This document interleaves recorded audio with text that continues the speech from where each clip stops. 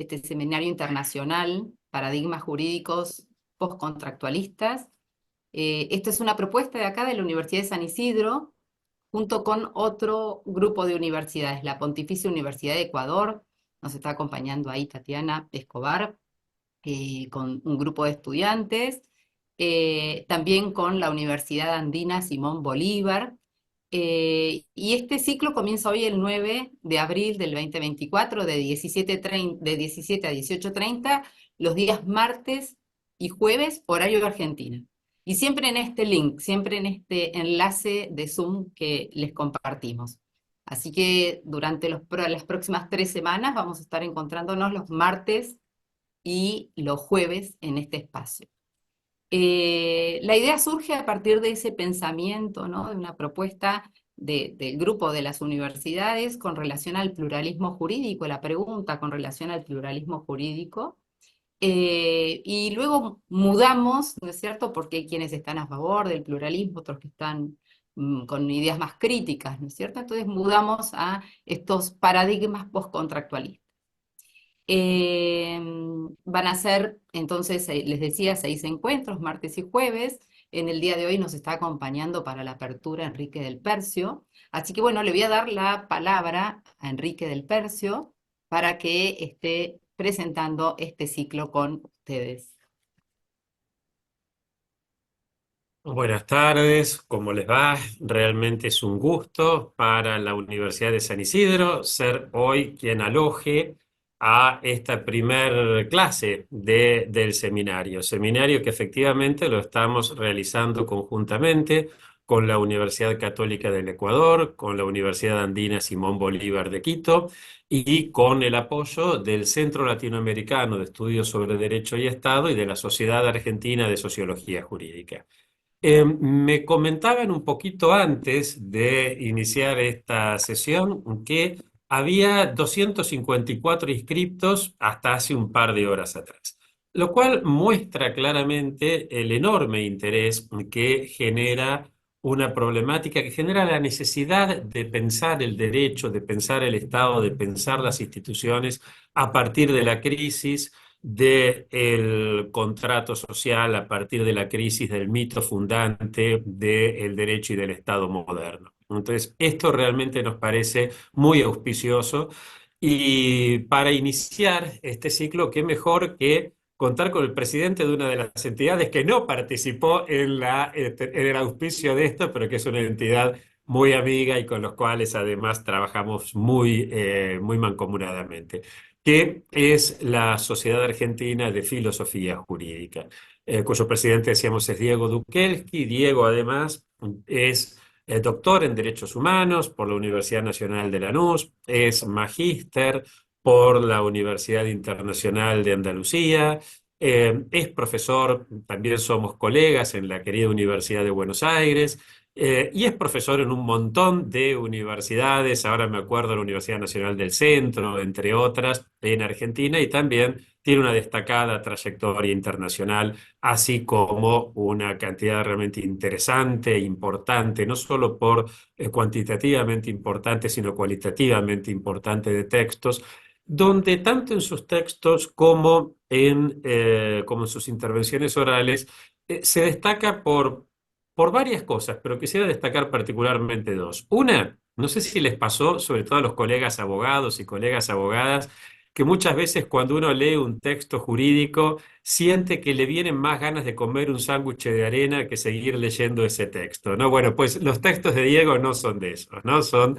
Y además lo mismo van a ver los que nunca lo habían escuchado antes, que lo mismo también caracteriza sus intervenciones orales. O sea, es una persona eh, que genera interés, que es interesante porque genera interés. Y genera interés porque él realmente es un apasionado de lo que hace, ¿no? Entonces contagia esa pasión, siempre te deja pensando, así que realmente creo que es un lujo. Lástima que se use tanto esa palabra, ¿no? Es decir, es un lujo contar con Diego para la inauguración de este ciclo, pero lo es.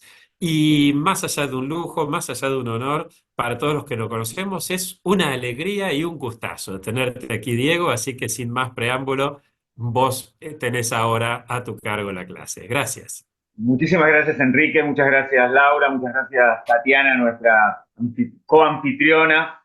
La verdad que para mí también es un enorme honor, más allá de que es un lugar común, poder participar de esta actividad. Y efectivamente, como les decía Laura, esto arrancó por un lado y después medio que mutó por otro, ¿no? Porque originalmente cuando empezamos a hablar, y yo cuando vi el cambio de título, digo, voy a mirar en el teléfono a ver los mensajes, la prueba de que íbamos a hablar de otra cosa, arrancó como un seminario sobre pluralismo jurídico y después se amplió a esta idea de paradigmas, ¿no? Postcontractualistas. Y la verdad que a mí me pareció, parece mentira, porque yo soy de la rama de los teóricos críticos en la Argentina, pero soy como el crítico amigable, por decirlo así. ¿No? Me invitan otros porque trato de hacer algo que muchas veces algunos colegas críticos se olvidan, y es que uno puede ser crítico y respetar la consigna, ¿no? Porque muchas veces pareciera que la bandera de crítico nos permite hablar de lo que se nos dé la gana, más allá de lo que diga el cartel. Y es cierto que cualquier docente con un poco de experiencia logra que la gente crea que de lo que está hablando es lo que vino a escuchar, pero me parece que tenemos como un cierto pacto de, ¿no? de confianza. Y muchos vinieron aquí para oír hablar de estos paradigmas postcontractualistas y al mismo tiempo del fenómeno, un fenómeno tan complejo como el del pluralismo jurídico, con el que, como decía Laura, se podrá estar o no de acuerdo en cuanto a su valoración, pero sería una ingenuidad no estar de acuerdo en su existencia. El problema está en que nosotros llevamos tantos siglos de formación monista y habitualmente normativista, y sobre todo además privatista, que nos cuesta mucho asumir que las cosas no pueden ser como nos venían contando. Recuerdo que hace mucho tiempo un alumno de posgrado me dijo algo así como, si existiera la figura del derechicidio, los críticos deberían estar presos. Y yo le decía que no es culpa nuestra que las cosas no sean como parecen, o que no es culpa nuestra que las cosas no sean como nos gustaría que fuesen. Así que la idea de hoy va a ser conjugar un poco las dos cosas. Punto de partida. ¿Por qué es importante pensar un pensamiento postcontractualista? ¿Y por qué un pensamiento postcontractualista es inexorablemente un pensamiento crítico? Pues bien, porque todo lo que conocemos de forma más o menos tradicional acerca del derecho y del Estado en América Latina y en Europa se ha fundado sobre esta metáfora fundante del contrato social.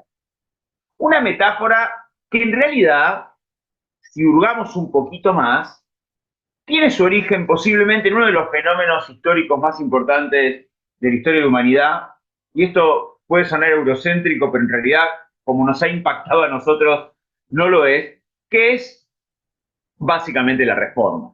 Yo creo que no podemos entender de lo que vamos a estar hablando hoy si no partimos, aunque parezca irnos muy atrás, de la reforma protestante. Porque la reforma protestante lo que viene a plantear es que la certeza que nos daba la lectura más o menos única de lo que a Dios le parecía que durante siglos dio el Papa, entra en crisis. Y entramos, como dice en un hermoso texto que se llama El modelo naturalista, Norberto Bobbio, en una era de pirronismo moral, una era de inseguridad, una era de guerras, donde la guerra más cortita se llama de 50 años, ¿no? Donde los protestantes se matan con los católicos, los ejércitos terrenales con los ejércitos religiosos, y en ese contexto surgen algunos personajes, uno en particular, muy preocupado por la seguridad. Y ese personaje es Thomas Hobbes. Como ustedes saben, Thomas Hobbes va a ser el padre de lo que podríamos llamar de algún modo el modelo naturalista, racionalista, contractualista. Y esto, claro, no es casual. Yo no sé si ustedes saben, a mí me encantan los datos de color. Ahora es más fácil porque hay Google y es más fácil ser culto, ¿no? Pero hay pequeños detallecitos que son interesantes. Yo no sé si ustedes saben que Thomas Hobbes fue un bebé prematuro. Y ustedes dirán, ¿qué nos importa de cuántas semanas de gestación nació Hobbes. Pero esto, que lo cuenta el propio Hobbes en su autobiografía, obedece, según Hobbes, al miedo que tenía la madre a la Armada Invencible española. Y era tanto el susto, dice Hobbes, que tenía mi madre que me parió antes de tiempo. Y cuando mi madre dio a luz, dice Hobbes, dio a luz mellizos. El miedo y yo. Es decir, el compañero de ruta de Hobbes es el miedo. ¿Y cuál es la forma de tratar de superar ese miedo? Bueno, tener certezas. ¿Y quiénes son los únicos que pueden tener certeza? Las ciencias formales, los geómetras. Si nosotros conociéramos las reglas de la conducta humana, dice Hobbes, como conocemos las dimensiones de las figuras geométricas, se acabarían las discusiones, se acabarían los problemas. Por eso ellos van a querer trabajar mores geométricos. Esta idea de Hobbes es interesante porque representa, me parece, una de las caras de una eterna lucha, como en las películas de Marvel, que tiene siglos, que me parece que es la lucha entre los que quieren ver el mundo como algo prolijo, ordenado, sistemático, previsible, y los que asumimos que el mundo es sangre, barro, lucha, desorden, y que obviamente podemos hacer algo para tratar de ordenarlo, pero en un punto esto es inmanejable.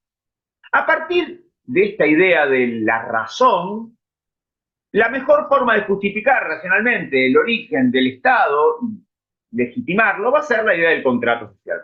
No me voy a extender aquí porque todos ustedes son gente grande. No sé los alumnos de Tatiana y las alumnas, si son todos de posgrado, hay grado y posgrado, tenemos un mix aquí.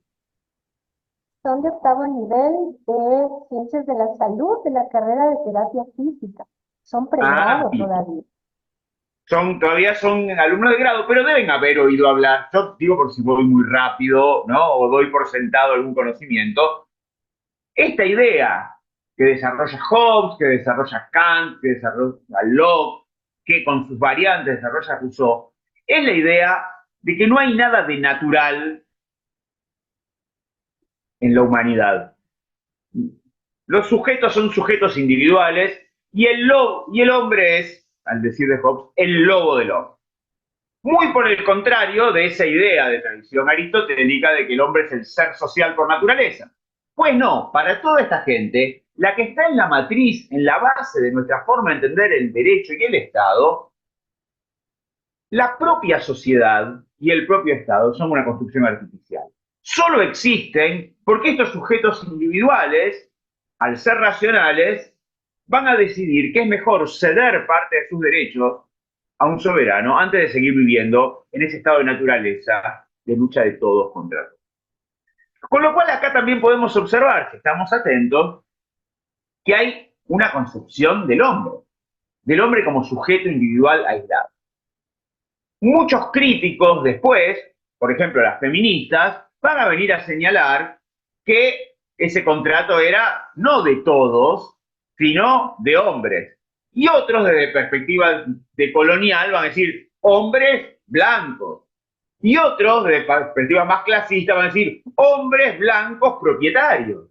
Es decir, ese todos era unos pocos. Miren, yo hablaba de esto hace poco con los alumnos de grado en la Universidad de Buenos Aires, y una chica con mucha ingenuidad me dijo algo genial. Dice, claro, dice, nosotros en Derecho Constitucional estudiamos una ley, que en Argentina se llamó la Ley Sáenz Peña, que se la conoce como la Ley de Sufragio Universal, donde a partir de esa ley todos votaban, pero esos todos eran solo los hombres. Es decir, seguimos hablando hoy de que el sufragio universal era de todos cuando eran solo algunos. Entonces digo, ¿qué está detrás de esta idea? Que el Estado y la sociedad son artificiales, que lo natural es el mercado, entre otras cosas, ¿no? Y por eso esta idea de un Estado mínimo, de un Estado gendarme. Esta idea de los racionalistas es lo que está detrás de las grandes revoluciones burguesas, ¿no? Del siglo XVIII, siglo XIX, las revoluciones de América Latina, ¿no? Esta idea está detrás de la Revolución Francesa, estaba atrás de la Revolución de Cromwell, está incluso en el fundamento de muchas de nuestras independencias. Por ejemplo, no sé el caso de Ecuador, pero el caso de Argentina, el caso de México, lo que fue luego Venezuela. Todo esto tenía que ver con que una de las partes del contrato, Fernando VII, estaba preso. Y entonces el argumento más o menos, simplificándolo, era, nosotros teníamos un contrato con el rey no está más, el poder vuelve a nosotros. Y así es como hubo juntas en Buenos Aires, juntas, ¿no?, en Nueva Granada y en distintos lugares de América. El paso que sigue a la consolidación del Estado de esta manera va a ser lo que Max Weber, uno de los grandes padres de la sociología, llamó el paso a la dominación legal racional. Este Estado, resultado de un contrato, lo que va a hacer es plasmar esa razón en norma. Y es donde va a surgir todo este proceso que tanto impactó en América Latina, que se conoció como el proceso codificatorio.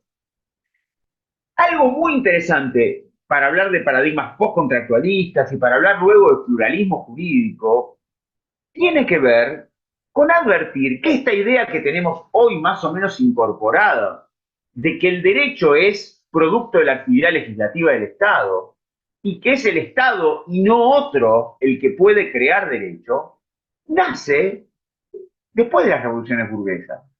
Porque si nosotros pensamos cómo era el orden jurídico premoderno, el orden jurídico precontractualista, vamos a ver que ya había ahí coexistencia de múltiples sistemas jurídicos. Por ejemplo, Jürgen Habermas habla de la estructura trimembre del orden jurídico medieval.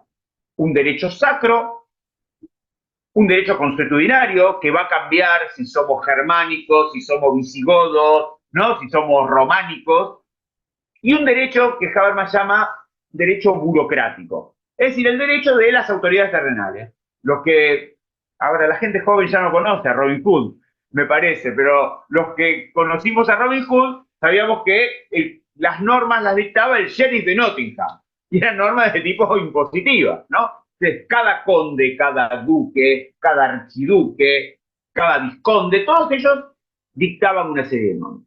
Pero además de esto, del derecho consuetudinario, del derecho sacro, del derecho burocrático, por ejemplo, había una fuente de producción normativa que eran los gremios.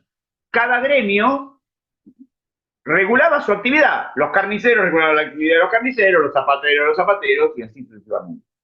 Y el comercio, y surge en esa época también algo que va a volver tipo 6:15 más o menos, calculo yo, 6:10, que es la idea de una lex mercatoria. Los que estudiamos derecho recordamos siempre que había un primer capítulo del derecho comercial o derecho empresarial que suponíamos que el profesor nunca nos iba a tomar, que eran los orígenes históricos del derecho comercial, donde estudiábamos una lex mercatoria, que eran las normas que se daban los comerciantes entre sí, normas consuetudinarias que no respondían a ningún Estado. Y acá aparece otra diferencia importante entre el derecho precontractualista y el derecho moderno. Nosotros estamos acostumbrados a la claramente formal, claramente mentirosa igualdad ante la ley. Se supone que la ley es la misma para todos. Esto no fue siempre así, y esto no está siendo en estos momentos, ¿no? Por ejemplo, uno de los grandes temas de las bases norteamericanas en distintos lugares del mundo es que una de las cosas que quieren los yanquis para sus marines es que no se les apliquen las leyes de los países donde van, ¿no? Pero algo que era muy frecuente es que las normas no eran para todos. Había normas para los clérigos, normas para los nobles, normas para cada estamento social. Todo esto se va a romper con esta idea abstracta de una ley que está, además, racionalizada en el código. El código viene a ser, básicamente, el sueño de un derecho racional plasmado en derecho positivo. Porque el derecho viene a romper con esa dispersión normativa y viene a garantizar el monismo jurídico. Todos vimos un código. Los códigos son precisamente eso, tienen una estructura ordenada, sistemática, una parte general, una parte especial. El código además nos da previsibilidad. El código nos permite saber lo que va a pasar, nos da la tan mentada seguridad jurídica. Ya que estamos hablando y vamos a hablar de paradigmas postcontractualistas, Lo primero que me gustaría señalar en este punto es que la llegada del código a Europa no fue pacífica. Primero, a algunos lugares nunca llegó, aunque hubo grandes defensores de la codificación, por ejemplo en Inglaterra. Hay un filósofo muy interesante, muy importante, un personaje, bueno, a ver, iba a decir un personaje encantador y todo el mundo dice que lo que menos era este sujeto era encantador, que era Jeremy Bentham. Posiblemente se van a hablar de Jeremy Bentham, el de la idea del panóptico, ¿no? Del utilitarismo.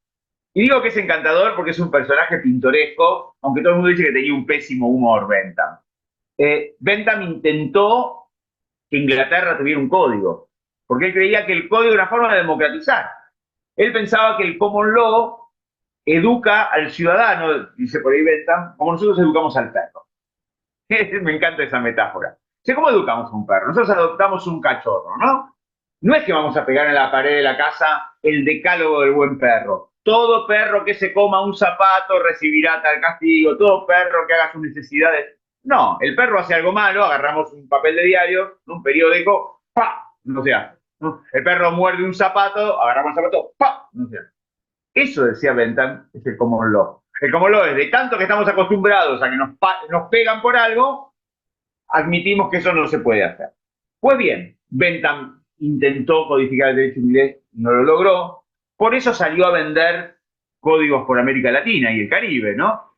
Si les interesan estas pequeñas perlitas históricas, hay una muy interesante recopilación de la correspondencia que intercambiaron, por ejemplo, Simón Bolívar y Jeremy Bentham, porque Bentham pensaba que muchas de sus ideas podrían ser aplicadas en los nuevos territorios, ¿no? Y el otro lugar donde el código tuvo mucha resistencia y se va a vincular con lo que vamos a hablar dentro de un rato del pluralismo jurídico, fue en lo que hoy sería Alemania. Básicamente a través de la figura de un gran jurista que muchos de nosotros estudiamos, yo por lo menos lo aprendí tarde, o mejor dicho, conocía solo su versión de civilista, que era Savigny. El famoso Savigny, que va a ser el encargado de combatir la llegada del código a una parte del Europa. Savigny pensaba que el código era muy peligroso porque implicaba que en lugares como Alemania, donde no había habido una revolución burguesa, como sí había habido en Inglaterra o en Francia, iban a llegar los valores contractualistas metidos en el código. Y cuando muchos juristas decían, importemos, copiemos el código de Napoleón, Savigny decía, no, esto no va a funcionar, porque en realidad el derecho no es producto de la razón, de una razón abstracta, supuestamente universal, sino que el derecho es producto del espíritu del pueblo. Claro, si uno se llama Dukelsky de apellido y un alemán habla del espíritu del pueblo alemán, un poquito de miedo le da, ¿no? Dice, uy, terminaremos en un tren. Pero si nosotros, esas ideas profundamente conservadoras de Savigny, las traducimos a un lenguaje más contemporáneo, podríamos decir que Savigny dice algo muy interesante y que los paradigmas contractualistas desatienden, que es, el derecho es un fenómeno cultural. El derecho es una manifestación de la cultura. No es el producto de una mente iluminada que consigue descubrir de una vez y para siempre cuáles deben ser las normas. En este sentido es muy interesante la analogía que hace Savigny entre el derecho y el lenguaje. Dice, miren, ¿cómo surge un lenguaje? No es que juntamos a 5 gramáticos o 5 escritores y les decimos, invente un lenguaje. Y después le decimos a la gente, hable así. Más bien es al revés, ¿no? El habla de los pueblos va generando una serie de lenguajes. Y lo que hace el que estudia gramática o el filólogo es estudiar cómo habla la gente y no al revés. Entonces, me parece que es interesante tener presente que también en el siglo XIX ya hubo gente que fue diciendo, che, ojo, el derecho no es el producto de un contrato entre unos sujetos ideales que producen después un derecho también ideal y lo plasman en la norma. Sin embargo, es cierto que la tentación de lo prolijo y ordenado siempre va triunfando, y a las ideas de Savigny le sucedieron las ideas de Jhering y lo que se conoció como el conceptualismo alemán o la jurisprudencia de conceptos, Y de nuevo empiezan a aparecer ahí las naturalezas jurídicas, y de nuevo el mundo parece prolijo y ordenado. Hasta el propio Yering, en un momento, se arrepiente de haber llevado a ese punto la ciencia del derecho, y va a escribir un libro que se llama Jurisprudencia en broma y en serio, donde ironiza sobre esta idea de el cielo de los conceptos jurídicos, ¿no? Como si los juristas están ahí en un cielo abstracto y lo que pasa en la realidad pasa por otro lado. Miren, yo siempre ejemplifico esto del cielo de los conceptos jurídicos explicando lo que pasa en la Facultad de Derecho de la UBA, donde también da clase, porque tanto Enrique como yo tenemos una pata en la UBA y otra pata. Somos como pulpos, en realidad, debo decir, la verdad. Porque tenemos una pata en la UBA y después tenemos un montón de patas por otros lados, pero no nos alcanzan dos patas. Y decir que somos cuadrúpedos tiene mala prensa, ¿no? Que van a pensar que somos medio burros o algo así. En la Facultad de Derecho de la UBA, para los que conocen Buenos Aires está llena de contradicciones, como buena parte de América Latina, ¿no? Porque Enrique sí sea medio rubión, le hacen creer que los argentinos son menos latinoamericanos que el resto, pero esto no es así, ni un poquito. Tenemos las mismas contradicciones que toda América Latina. Y en la Facultad de Derecho es muy curioso, porque la cara principal mira a la zona más elegante de Buenos Aires. Pero si uno mira para el lado de atrás, ahí está una de las que nosotros llamamos villas miserias, en Brasil será una favela, en otros lugares son barrios de lata, una de las villas más grandes de Buenos Aires. Y mientras los profesores de derecho reales enseñan el interdicto de obra nueva, uno ve todos los días cómo crecen construcciones clandestinas, ¿no? Y eso tiene que ver con esta idea del paradigma contractualista y el derecho codificado, que no tiene nada que ver con la realidad. La verdad que, siguiendo este cuentito, frente al formalismo que se va consolidando y al positivismo normativista que se va consolidando, hubo algunas pequeñas reacciones. Por ejemplo, también en Alemania, fines del siglo XIX, empiezan a aparecer algunas corrientes como la Escuela del Derecho Libre y sobre todo la Escuela del Derecho Vivo, que para muchos son los inicios de la sociología jurídica, ¿no? La Escuela del Derecho Vivo, por ejemplo, de Ehrlich, es claramente una antesala de lo que vamos a charlar ahora enseguida sobre el pluralismo jurídico. Ehrlich daba clases en un lugar que se llamaba Chernovitz. No Chernobyl, no Chernobyl, pero no está tan lejos tampoco. En ese momento era la provincia más oriental del Imperio Austrohúngaro. Hoy creo que es Ucrania, a menos que Putin haya avanzado muy rápidamente en lo que va de la tarde, pero no, creo que no es por ahí el conflicto. ¿Y qué es lo que veía Ehrlich? Ehrlich decía, miren, yo estoy acá en este pueblito dando clases, la gente comercia, se casa, tiene vínculos de distintos tipos, se asocia, y el emperador está en Viena. Si tuviéramos más tiempo, me gusta, siempre hago el showcito de que abrimos acá el Google Maps y vemos cuánto se tarda en ir de Chernovitz a Viena. Son unos 1000 kilómetros más o menos.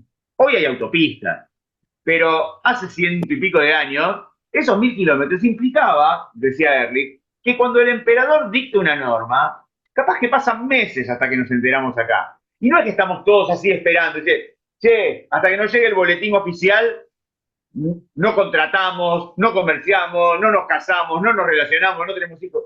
Además de las normas de decisión que dicta el emperador, hay en la sociedad un derecho vivo. El Estado no tiene el monopolio de la producción normativa.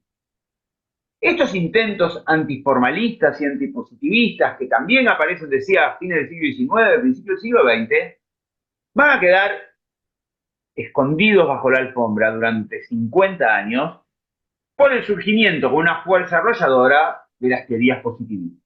Primero en el plano científico en general, ¿no? El empirismo lógico y el positivismo lógico, y luego en el campo jurídico. Digo, básicamente ustedes saben que a principios del siglo XX se impone un modelo de ciencia, que básicamente es un modelo de ciencia monista, en el sentido de ciencia en serio hacen las ciencias físico-naturales, el empirismo lógico, el positivismo lógico, y hay una frase de Wittgenstein que es muy muy, muy importante, muy impactante, yo diría muy censora.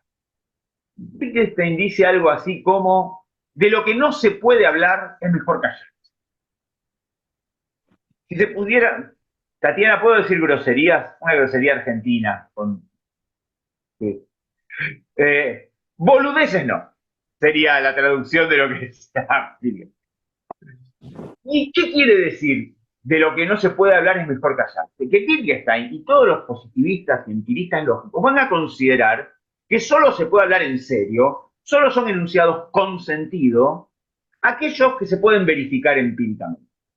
Todo aquello que no sea verificable empíricamente pasa a la categoría de emoción, sin sentido, gusto personal. Esto tiene un impacto fuertísimo. Por un lado, la filosofía se limita a ser filosofía analítica, ¿no? A analizar los términos. En términos de filosofía moral no se puede hablar nada porque todo es subjetivo. Y en el derecho, esto va a ser recepcionado básicamente por autores como Kelsen, que van a considerar que la ciencia del derecho es una ciencia puramente normativa. El objeto de estudio de la ciencia jurídica es simplemente la norma jurídica positiva, es decir, toda norma creada por un acto en el espacio y en el tiempo. Como si esto fuera poco, Kelsen, monista a rajatabla, va a considerar que entonces obviamente no puede haber más de un sistema jurídico vigente al mismo tiempo, que solo una norma es válida si fue creada conforme estaba previsto en otra norma, que va a ser válida si fue creada conforme otra norma, y sucesivamente, hasta llegar a una hipótesis fundante que él llama norma fundamental, que tiene que ver con que el que tiene el monopolio real del uso de la fuerza es el que dicta derecho, y punto. Hart va a ir en un sentido parecido, con algunos matices, profundizando esta idea de sistema prolijo, ordenado y sistemático, aparece la lógica jurídica, la lógica deóntica. Hay dos personajes argentinos, aunque uno era ruso en realidad, porque desarrollan su obra en Argentina, que son Bulín y Alchurrón, los padres de la lógica jurídica, y todo se maneja entonces en esta idea de que el derecho es simplemente el producto de la actividad legislativa del Estado y el derecho es un sistema coherente, completo, independiente. Es curioso porque atribuyen nuevamente al derecho, que es una disciplina social, los atributos de las ciencias formales, ¿no? Del método axiomático. Sin embargo, el positivismo en algún punto va a entrar en crisis. El positivismo en general y el positivismo jurídico en particular. Yo diría que la razón que hace que Europa se digne a mirar a dónde nos llevó la modernidad es la Segunda Guerra Mundial, y uno podría pensar en los campos de exterminio, en Auschwitz, como el ejemplo paradigmático de que este desarrollo científico y tecnológico, dejando de lado cualquier tipo de reflexión moral y política, puede llevar a la más absoluta barbarie, ¿no? Uno podría pensar que los campos de exterminio no son un desvío, no son un error, sino que son, ¿no?, la exaltación de la racionalidad puramente instrumental y tecnológica. De hecho, en un seminario latinoamericano hay que decirlo, y esto no puede ser leído como una defensa de los nazis, sino como una acusación al resto de Europa, buena parte de las cosas que hicieron los nazis hizo el resto de Europa en el resto del mundo, ¿no? En América, en Asia, en África. No hablamos de Leopoldo II de Bélgica, que cometió un genocidio en el Congo, de mismo modo que hablamos de Hitler. Y eso no porque Hitler sea bueno, ¿no? La idea de que hay razas superiores e inferiores, y esto justificado científicamente, era propio de todos los países europeos. La ciencia y la tecnología al servicio de matar muchísima gente al mismo tiempo es propia de todas las potencias. Entonces, lo que empieza, yo diría, a partir de la segunda mitad del siglo XX, es a surgir distintas concepciones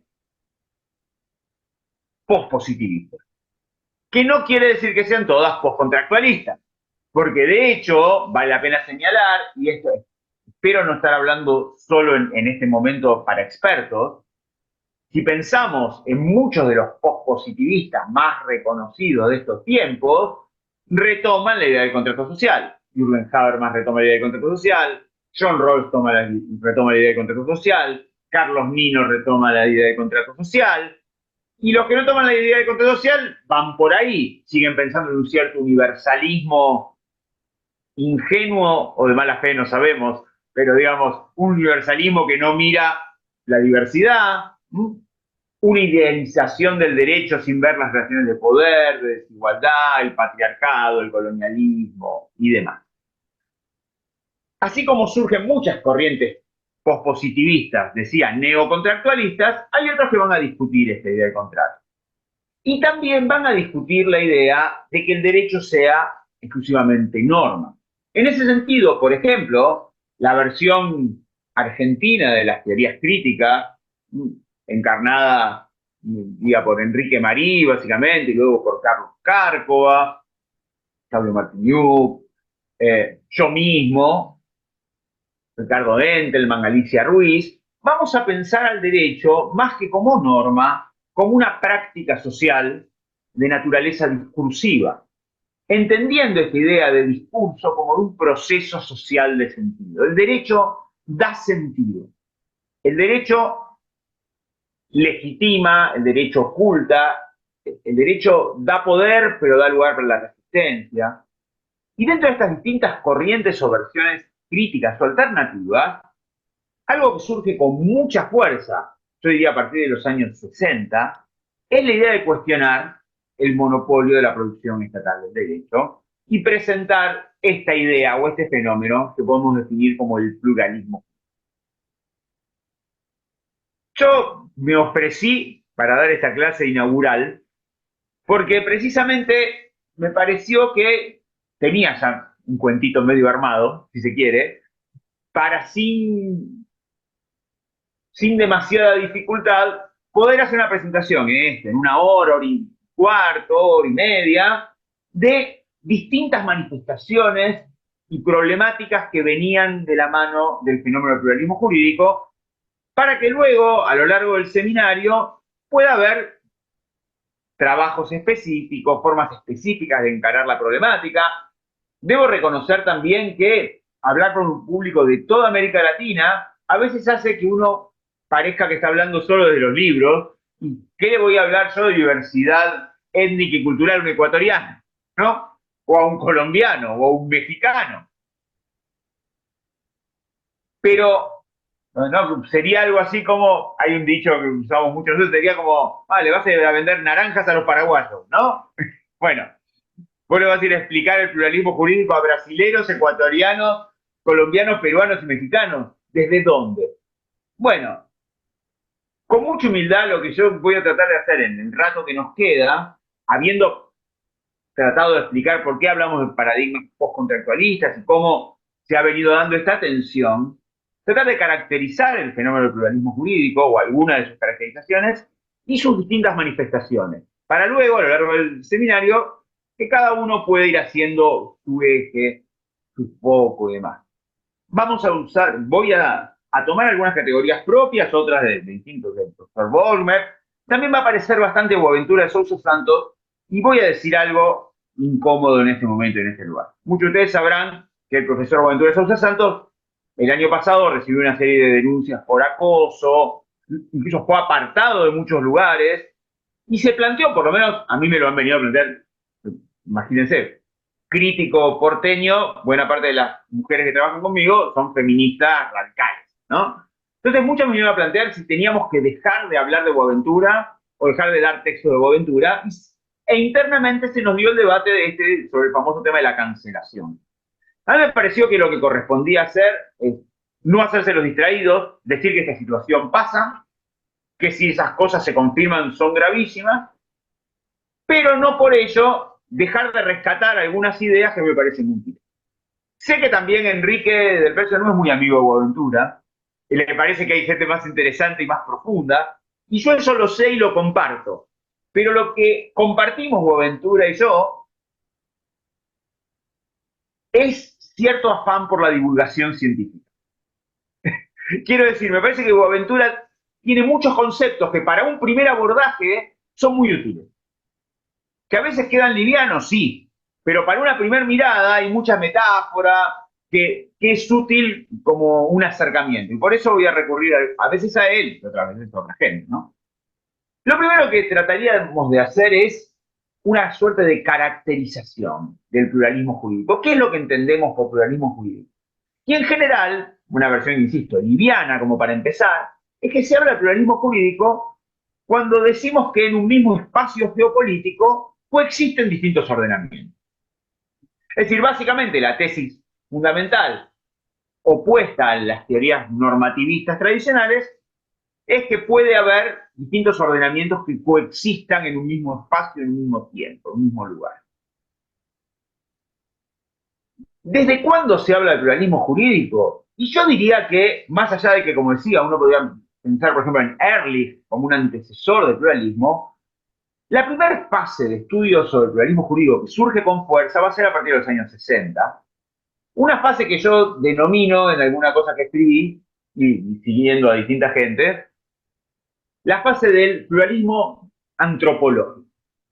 Y en realidad, el título no sé si es del todo acertado, pero hace referencia a que los primeros que empezaron a trabajar y a preocuparse por el problema del pluralismo jurídico fueron los antropólogos. Y se dio esto particularmente cuando, terminada la Segunda Guerra Mundial, empieza el largo camino de la descolonización formal, porque la colonización sigue existiendo, la descolonización formal de buena parte de Asia y de África, ¿no? Europa se retira de buena parte de sus colonias, no de todas, deja bases por todos lados, pero devuelve la soberanía a los pueblos.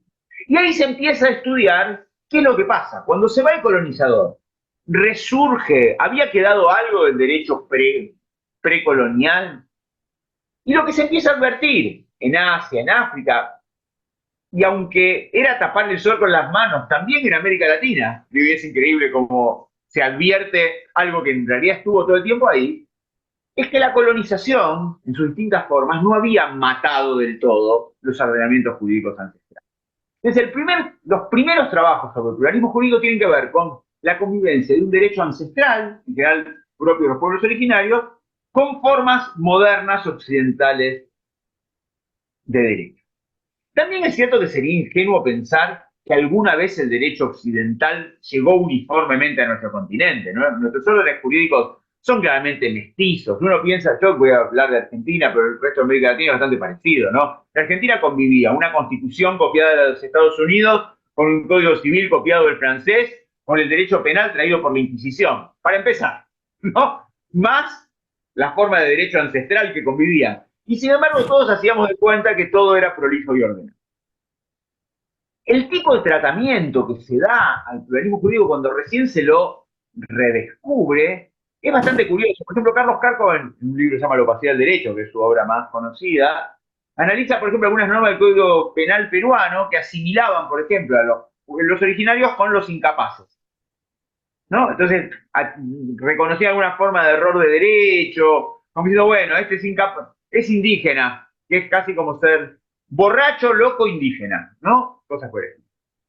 Lo interesante es que en los años que fueron pasando, desde que se empieza a hablar del pluralismo, pasa otro fenómeno muy interesante en América Latina, que es que en dos grandes tandas, una en los 90 y una en los 2000 y algo, hay importantes reformas constitucionales. Y en esas dos tandas, sobre todo en la segunda, bueno, en Ecuador o en Bolivia, se reconoce el carácter de un Estado plurinacional, pero ya antes, por ejemplo, en Colombia o en México se habían reconocido las facultades jurisdiccionales de los pueblos originarios. Entonces ahí tenemos un primer tipo de pluralismo donde, en general, la principal preocupación es cómo hacer convivir un orden ancestral con los derechos humanos, entre comillas, universales, consagrados en las constituciones y en los tratados internacionales, ¿no? Entonces, en general, la fórmula adoptada por buena parte de las constituciones de América Latina es respetamos las facultades jurisdiccionales de los pueblos originarios siempre que no violenten los derechos humanos. Y ahí entran, como la jurisprudencia colombiana es muy interesante, en la Corte Constitucional colombiana hay un montón de fallos interesantísimos sobre esto, ¿no?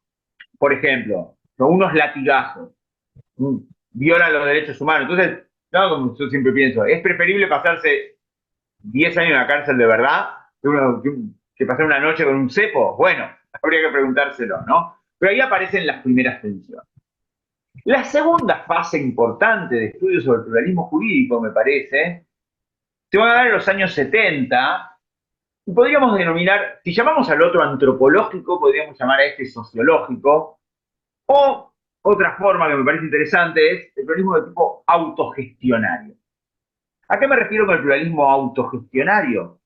Tiene que ver con el surgimiento de formas alternativas al derecho estatal en sectores marginales de la sociedad, pero no apelando a tradiciones ancestrales, sino a un derecho surgido, ¿no? Derecho, para decirlo en portugués, ahora vamos a hablar un poquito de por qué se hizo tan famoso esto, derecho hallado na rúa, ¿no? Posiblemente sea Boaventura, y ahí sí no tenemos nada que decirle ni que reprocharle, el que hizo los primeros trabajos importantes sobre este tipo de derecho alternativo, ¿no? Los trabajos en una favela que él le puso el nombre imaginario de Pasárgada, haciendo referencia a un poema de Manuel Bandeira. Pasárgada en ese modelo es una especie de lugar maravilloso, ¿no? Una especie de isla de Jauja.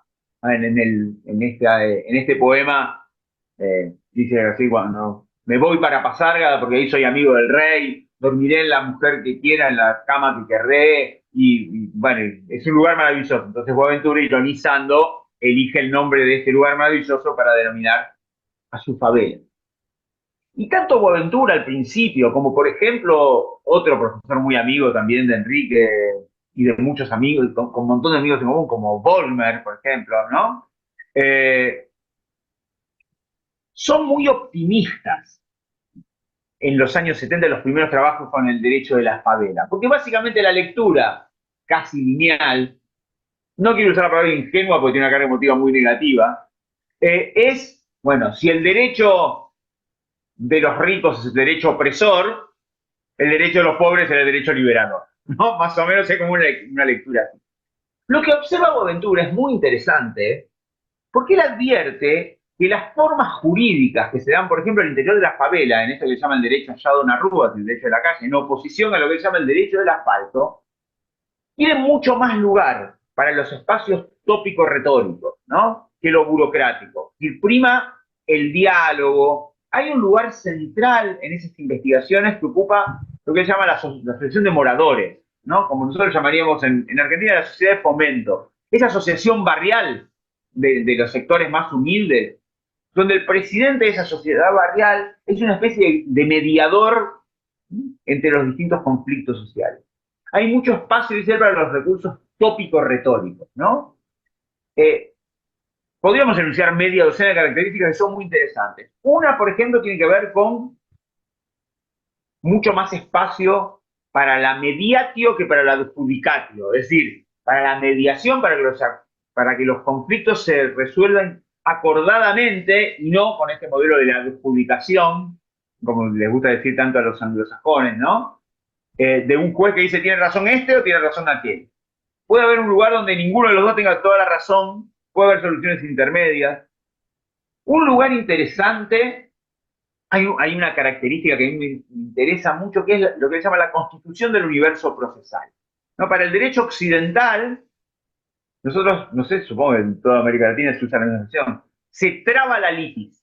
Y cuando se trabó la litis, el objeto del litigio es inamovible. No, yo no puedo, si estoy por un reclamo de una naturaleza, no puedo mudar para otro. Una de las cosas que ve Boaventura en Pasárgada es que de repente un conflicto empieza por una disputa por un lugar en la fila para conseguir agua y termina en un conflicto de familia, porque la que denunció a lo que se corrió en realidad le robó el marido, ¿no? Lo mismo pasa con lo que él llama la división del trabajo jurídico. Las partes, de repente, el que era juez termina siendo una de las partes involucradas. No hay un lenguaje jurídico de referencia.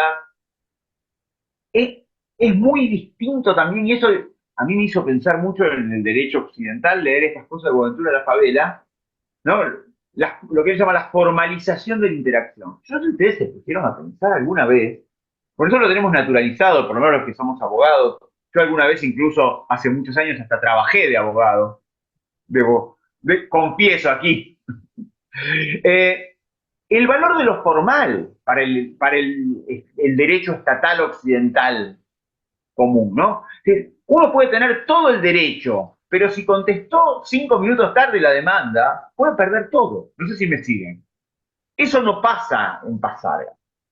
Claro, frente a ese panorama de los años 70, decía, muchos pensadores críticos alternativos tenían mucho optimismo acerca de que iba a surgir de estas formas alternativas de derecho. Sin embargo, cuando empezamos a ver los trabajos posteriores, a partir de los años 90 sobre todo, vamos a ver que también es cierto que hay un enorme crecimiento, por ejemplo, de la violencia. Cuando en la favela, en lugar del presidente de la Asociación de Moradores, lo toma la banda narco, la cosa cambia. No sé si vieron, hay una película fantástica que se llama Ciudad de Dios. No sé si la vieron, una película brasileña que es extraordinaria. Cuando uno ve cómo va mutando la favela, de un lugar donde hay colaboración de los vecinos, donde todos se ayudan para poder construir su casa, su calle, y termina siendo un lugar de disputa de narcotraficantes, ¿no? Entonces, también es cierto que lo que se empieza a ver es que al no haber mediación estatal, así como en algunos ámbitos hay espacio para la negociación y la solidaridad, también hay espacio para la violencia. O sea, me parece que no hay que tener una visión, como decía, ingenua del fenómeno del pluralismo. La tercera gran ola de temas vinculados al pluralismo jurídico me parece que va a venir de la mano de la globalización. El fenómeno, obviamente el fenómeno de la globalización, si tenemos que ponerle fecha, es muy difícil, ¿no? Hay quien dice el 12 de octubre, ¿no? De cuando llega Colón a América. Capaz que con Marco Polo lo podemos encontrar. Pero lo que sí es cierto es que en los últimos 30 años, básicamente de la mano del desarrollo científico y tecnológico, sobre todo tecnológico, y de las telecomunicaciones, la globalización pasó a ser otra cosa. Esto, perdón, los jóvenes. Hay una reflexión frente a esto, ¿no? Cuando nosotros éramos chicos, por lo menos cuando yo era chico, y cuando Enrique era chico también, Laura es más joven, uno imaginaba, uno de los grandes inventos del futuro era la teletransportación, ¿no? En todas las series, uno se metía en una cabinita y aparecía en otro lado. Yo vi la película La Mosca, ¿no? Pasaba eso, un tipo que estaba investigando esto y se le mete una mosca en el teletransportador. Cuando miramos 40 años después de esto, lo que nos damos cuenta es que no hizo falta teletransportarnos, porque estamos haciendo un zoom. ¿Sí? No hizo falta que cada uno de nosotros se metiera en una cabinita y apareciera en San Isidro o en Ecuador, sino que es la tecnología la que nos permite estar en otro lugar aún sin estar, ¿no? Y eso fue para un lado distinto. Pero digo, alguien podría decir, ¿qué tiene que ver la globalización con todo esto? Bueno, lo primero que me gustaría decir, y acá de nuevo voy a seguir un esquemita de Boaventura que me parece un jueguito de palabras muy lindo, es tener presente que no existe la globalización, sino que hay diversas formas de globalización. Lo que más habitualmente llamamos globalización es en realidad un localismo globalizado. Es decir, en general lo que se presenta como global es lo que es de un lugar y se impone en el resto del mundo. O decimos, no, McDonald's es global. No, McDonald's no es universal. McDonald's es yankee, pero te llenaron de McDonald's en todos lados, ¿no? Un buen ejemplo es el del inglés como lengua franca. Nos parece que el inglés es el idioma universal. Si nosotros le preguntamos a Wikipedia, no estoy hablando de Gramma, ¿no? O de un diario, a Wikipedia, bien occidental, en lugar de cuál es el idioma que más se habla en el mundo, te va a decir inglés, ¿cuál es la lengua natal de mayor cantidad de gente? Claramente no es el inglés, ¿no? Es el chino. Si nosotros preguntamos en cuántos países el idioma oficial es el inglés, nos vamos a dar cuenta que son muy poquitos. Y hay muchos más países, por ejemplo, donde el idioma oficial es el español. Entonces, decir que el inglés es el idioma universal, más bien es, el inglés ocupó un lugar central para hacer negocios y demás. Es más, en el mundo de la diplomacia, por ejemplo, hasta hace 80 años atrás, el idioma universal era el francés.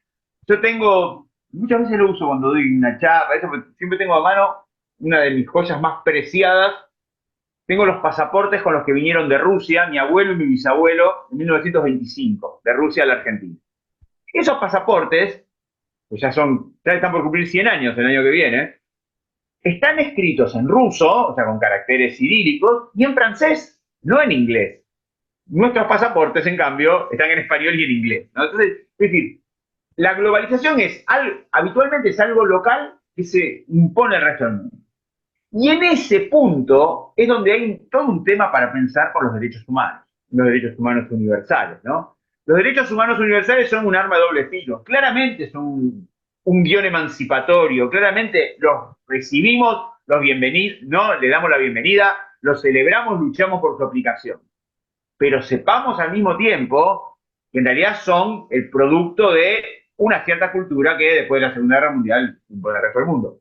Si vemos, no sé si vieron esa imagen, yo la tengo muy presente, no había nacido, faltaban 20 y pico de años para que naciera, pero la presentación en sociedad de la Carta de las Naciones Unidas, de la Declaración de los Derechos Humanos de las Naciones Unidas, en la tapa de todos los diarios del mundo está Eleanor Roosevelt mostrándola. No está una nativa no, de ningún lugar, no, está Eleanor Roosevelt.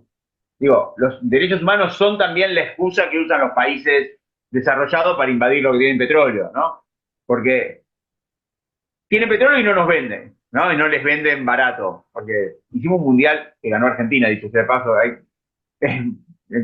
ya no sé, nos pasaron tantas cosas feas en los últimos meses que nos olvidamos de eso tan lindo. El mundial se hizo en Qatar, donde se dieron los derechos humanos sistemáticamente y Occidente no tuvo ningún problema, ¿no? Entonces digo, los derechos humanos también son un localismo globalizado.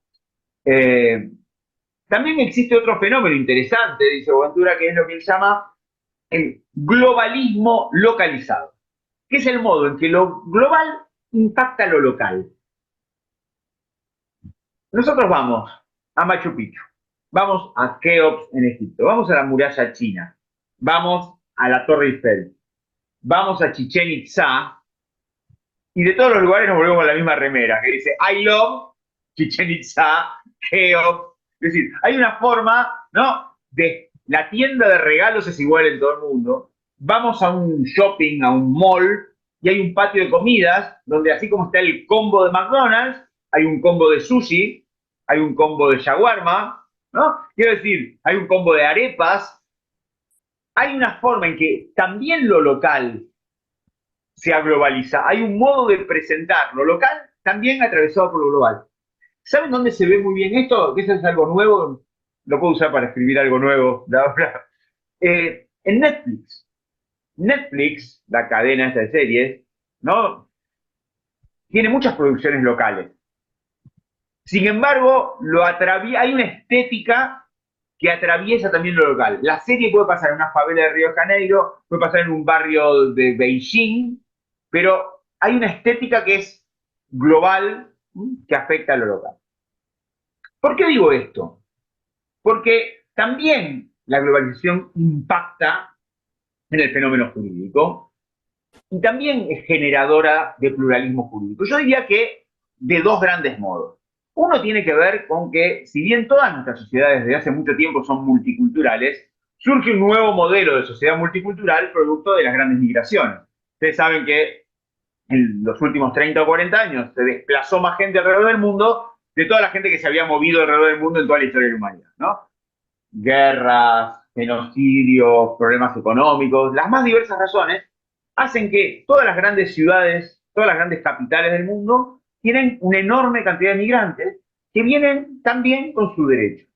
Y aparece entonces, así como puede haber un conflicto, una diversidad normativa entre los pueblos originarios y el derecho oficial, o entre el derecho de la favela o la villa miseria y el derecho oficial, también está la tensión entre el derecho del migrante y el derecho. Esto, por ejemplo, en Europa se ve mucho con todos los países, o con todas las culturas que, por ejemplo, tienen incorporada la ablación de clítoris, ¿no? Las mutilaciones genitales femeninas. Pero también es curioso ver cómo en Buenos Aires, por ejemplo, el Día de los Muertos, que tradicionalmente no se celebraba, si uno anda por el barrio de Flores, bueno, las calles van a estar cortadas por toda la comunidad boliviana. Y también muchas veces hay conflictos normativos. De los primeros en estudiar esto fueron, por ejemplo, los canadienses, ¿no? Hay un tipo que se llama Kimlicka, que es muy famoso, que veía algunas cuestiones casi, no sé, a nosotros nos sonarían risueñas, no quiero ser irrespetuoso. Por ejemplo, no sé, un motociclista Sikh, vieron que los Sikh usan un turbante. Entonces, ¿cómo hacemos para que el motociclista tiene la obligación de usar un casco, pero el casco no le entre arriba del turbante, ¿no? O cosas por el estilo. Los más dramáticos, decía, tienen que ver con, por ejemplo, las prácticas sobre las mujeres. Y ahí también hay muchísima tensión. Por eso digo, no, yo no vengo a decir es bueno o es malo. Lo que vengo a decir es, no podemos negar que existe, que hay enormes sectores de la sociedad que aplican un derecho distinto del que nosotros creemos que es el derecho oficial. Y por eso también es tan absurdo caer en este fetichismo normativista de pensar que alcanza con cambiar las normas para que cambie la realidad, ¿no? Cada vez que hay algún cambio de gobierno, dicen, no, nosotros vamos. No, no va a cambiar automáticamente la realidad. La otra cara de la globalización, que yo les prometí que íbamos a hablar a esta hora hace 40 minutos, tiene que ver con el surgimiento de lo que algunos han llamado la nueva lex mercatoria internacional. Las grandes empresas transnacionales tienen su propia normativa que está más allá de la normativa de los estados. Primero me gustaría resaltar algo, ¿no?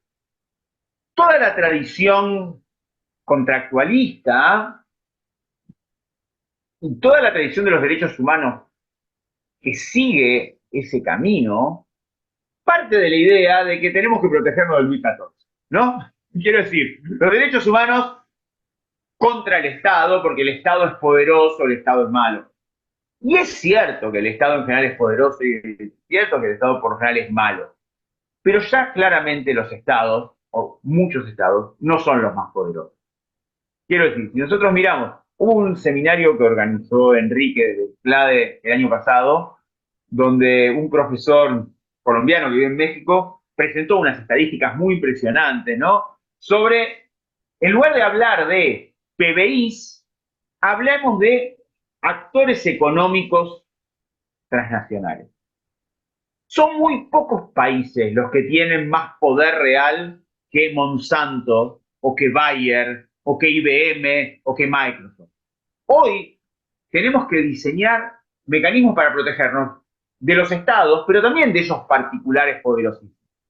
Y esos particulares poderosísimos dictan su propia norma. Si hay un conflicto, no sé, nosotros tenemos unos yacimientos tenemos, no sé por cuánto tiempo, se va a entregar a alguien, supongo, pero si un yacimiento de gas en la Patagonia Argentina, hay un conflicto entre Shell y Chevron, ese conflicto no lo van a solucionar en los tribunales de un pueblito que se llama Caleta, Olivia, ¿no? Donde hay un juez. Pero van a ir a la bolsa, ¿no? Al tribunal arbitral de la bolsa de Nueva York. No van a aplicar la ley de hidrocarburos argentinos, van a aplicar posiblemente las normas del soft law y las normas de buenas prácticas petroleras.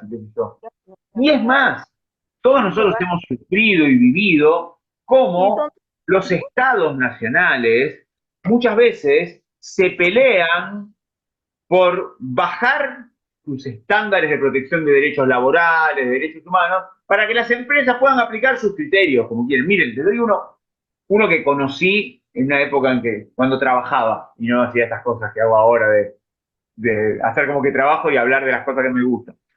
Yo fui muchos años funcionario del Poder Judicial de la ciudad, era el secretario legal y técnico del Consejo de la Magistratura, que se encargaba de la superintendencia, pero también de todas las contrataciones, de comprar computadoras para los juzgados, ¿no? Me acuerdo que cuando venían préstamos internacionales, los préstamos internacionales obligaban a violar la normativa local en materia de contrataciones. La normativa local en materia de contrataciones preveía que todo proveedor del Estado tenía que estar inscrito en un registro de determinadas características, y la condición para darte la plata es que no estuviera ese registro, por ejemplo, para que terminaras contratando a alguna de las empresas de los países de esto, ¿no? Les digo, esa nueva Lex Mercatoria Internacional plantea una novedad, que es que hasta ahora, si quisiéramos usar una metáfora gráfica, nosotros teníamos el derecho del Estado por arriba y otras formas de derecho, ancestral, autogestionario, migrantes, por debajo. Ahora lo que tenemos es un derecho estatal y otras formas de derecho por arriba, y ejercidas por actores tanto más peligrosos y poderosos que los propios estados. Con este panorama, a mí me parece que hemos cubierto todo lo que anda dando vueltas por ahí sobre el pluralismo, y lo hemos hecho de una forma muy liviana, como para que ninguno de los profes que viene después me diga, ah, me sacaste letra, ¿no?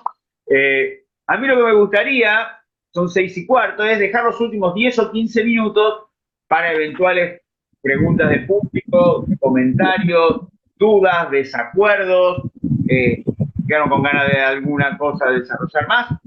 Si obviamente quieren decir que les pareció una tontería y porque piensan algo totalmente contrario, abramos una ronda de preguntas.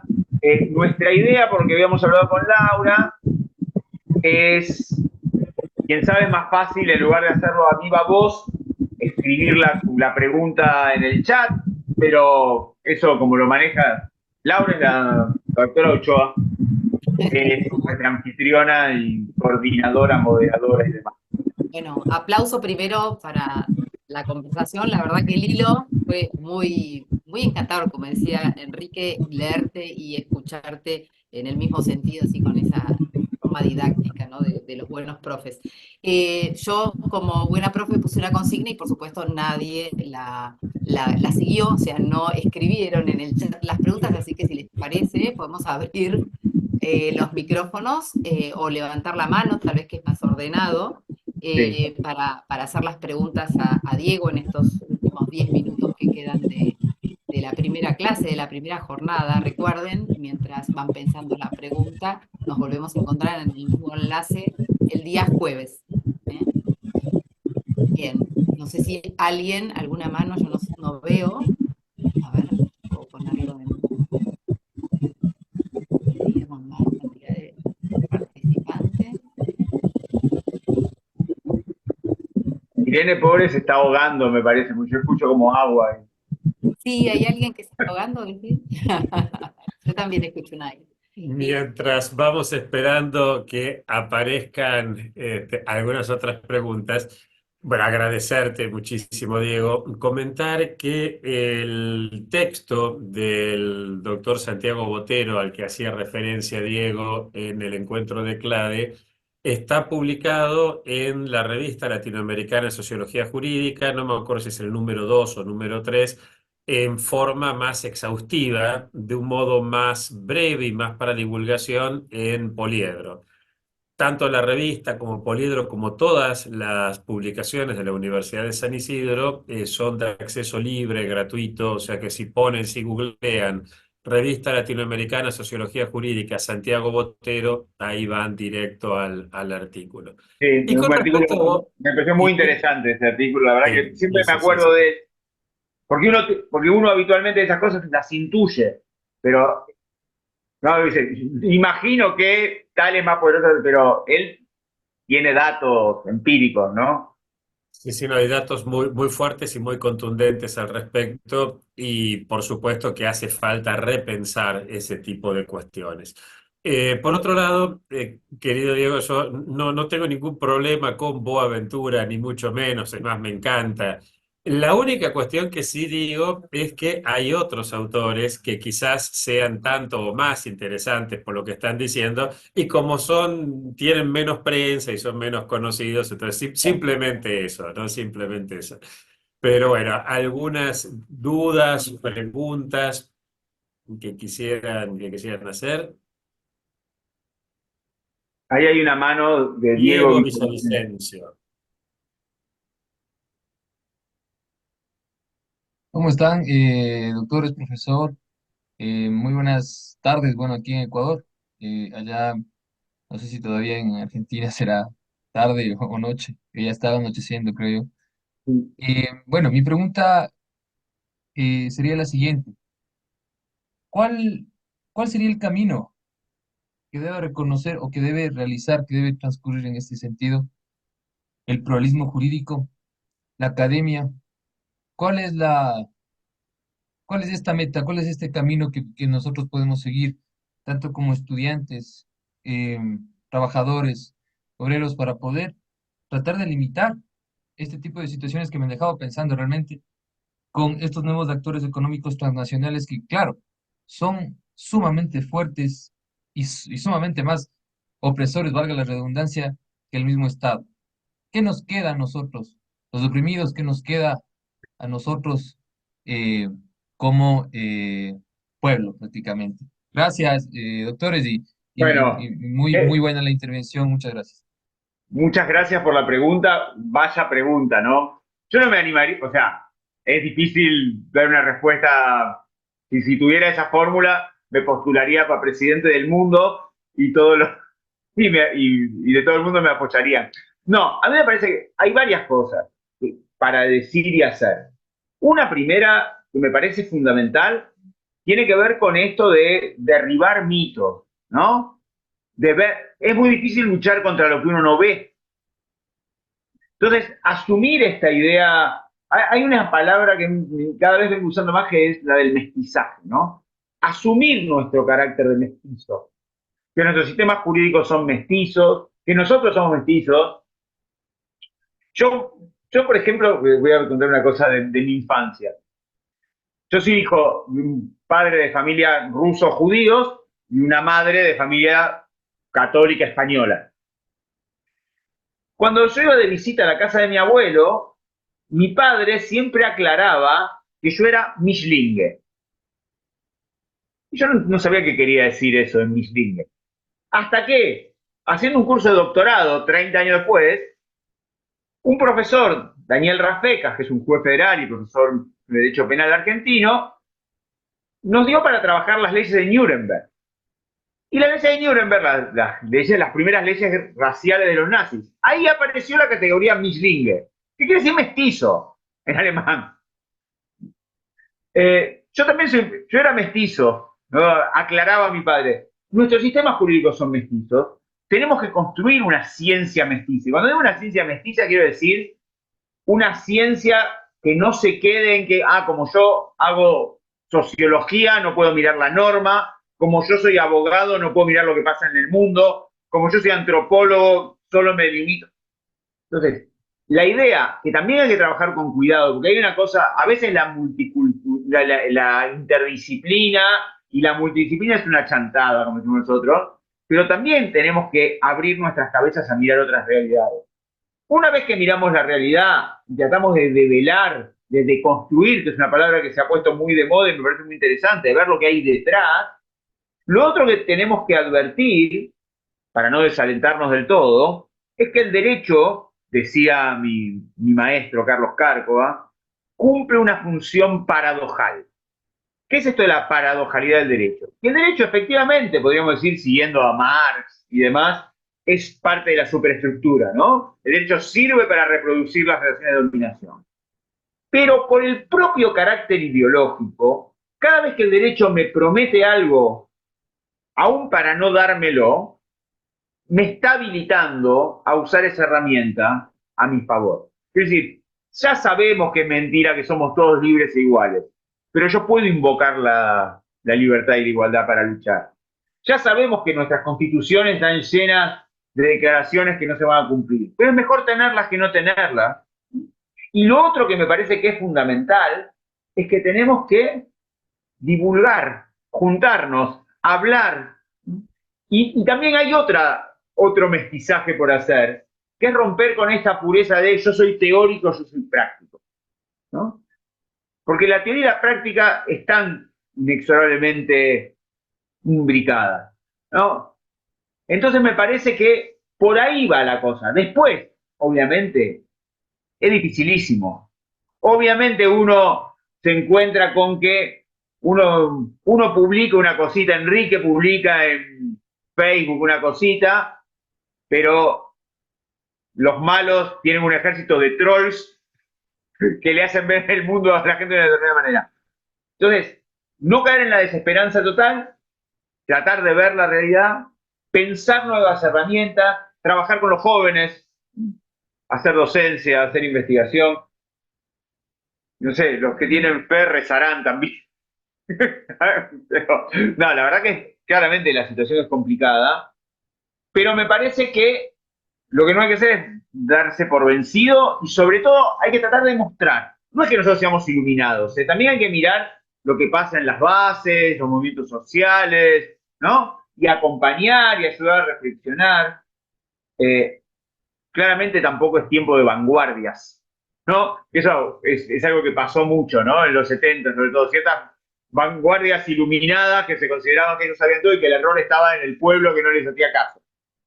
Por eso también, de nuevo, Boaventura, que tiene esas frasecitas que son muy gancheras y por eso tiene tanto éxito, él habla de los teóricos de retaguardia, ¿no? Los teóricos acompañando a los movimientos. Porque también es cierto que las grandes transformaciones de nuestra época vinieron del lado menos pensado, de las mujeres, de los campesinos, ¿no? De los pueblos originarios. Entonces hay que seguir bregando por ahí. Y después mucho más no tengo para decir. No sé si nos queda tiempo para una preguntita más o ya vamos cortando. No sé, Laura, Enrique, vos también tenés que ir a dar clase. Ahí, sí, ahí en realidad no hay ninguna pregunta, les dejé los enlaces para todo lo que Bueno, son los textos que estuvimos mencionando, las primeras jornadas de CLADE en la ciudad de Tigre el año pasado, que tienen muy buenos artículos, la revista latinoamericana y el texto de Santiago Botero, así que bueno, ahí les dejé eso en el texto, anticiparles que la semana que viene, perdón, el jueves que viene, el jueves 11, lo vamos a tener a Alex Valle Franco como speaker, como orador, para seguir en esta línea, ¿no? De indagar un poco el pluralismo jurídico, ¿no? Esta posibilidad de pensar el derecho desde estas nuevas miradas. Así que, bueno, nada, queda seguro, preguntas un montón, pero es cierto que hay que ir a otras actividades, ¿no? A mí me surgía el pensamiento vinculado con todo lo que es la ecología, ¿no? La biodiversidad, digamos, además todo lo que son los movimientos digamos, el poscolonialismo, ¿no? Y bueno, el patriarcado y todo lo que vos mencionaste, pero bueno, me imagino que eso va a ser retomado en las próximas sesiones. Así que, bueno, nada, bueno, agradezco a yo también Diego agradezco a el ustedes la el invitación. tiempo dispuesto para esta conversación, para la apertura de este seminario. Y los esperamos, ¿no? La semana que perdón, digo la semana que Sí. viene, porque en general los seminarios tienen esta cosa de que se repiten el mismo día. Acá tenemos un seminario más intensivo, son 2 veces por semana, martes y jueves. Los esperamos el jueves a la misma hora y en el mismo enlace que tuvieron hoy. Muchas gracias. Nos vemos. Hasta luego. Adiós.